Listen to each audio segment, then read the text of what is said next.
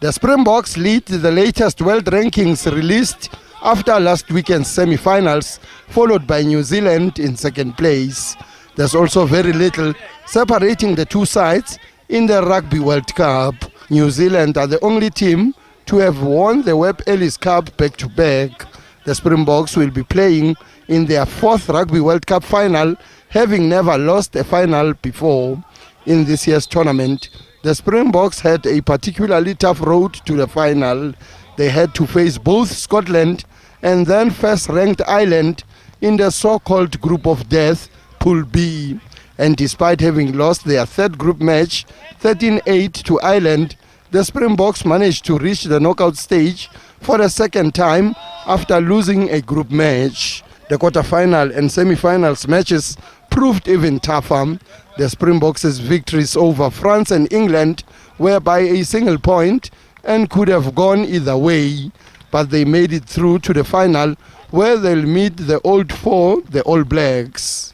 It's huge. It's always big playing against the All Blacks, but to play it in a World Cup final when it's number 1 and 2 team in the world playing head-to-head, I don't think it's stuff that you can dream about because it doesn't happen often. I don't think it will happen in our lifetime again to have two teams like this. And we've prepared as hard as we can, and we know what to expect. Obviously, they might have some new things coming, but I think for a player to be playing in a game like this, I don't think it will ever get any bigger. The All Blacks' road to the final had fewer potholes.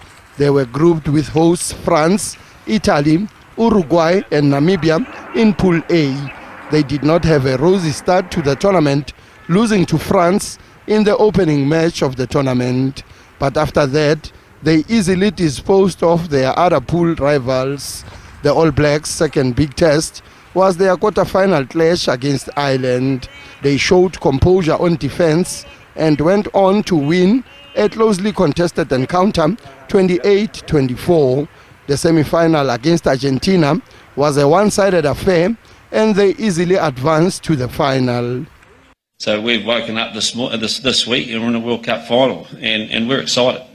And it's and right now we're trying to make sure we balance the control of the emotion of it versus, dealing with all the messages we're getting from home, and even people in France have been massive, and I have to thank them for an awesome support that we've had from the local people too, but managing all that so that we can just go out, put a smile on our face and play our game, and that's what we're focusing on.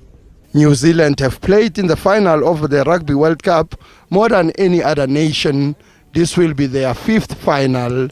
They won the inaugural tournament in 1987 when they co-hosted with Australia. Then they experienced a slump before bouncing back in 2011 and managing to defend the trophy in 2015. Their only loss in a final was in 1995 to the Springboks. Sfiso Ramara, SABC News.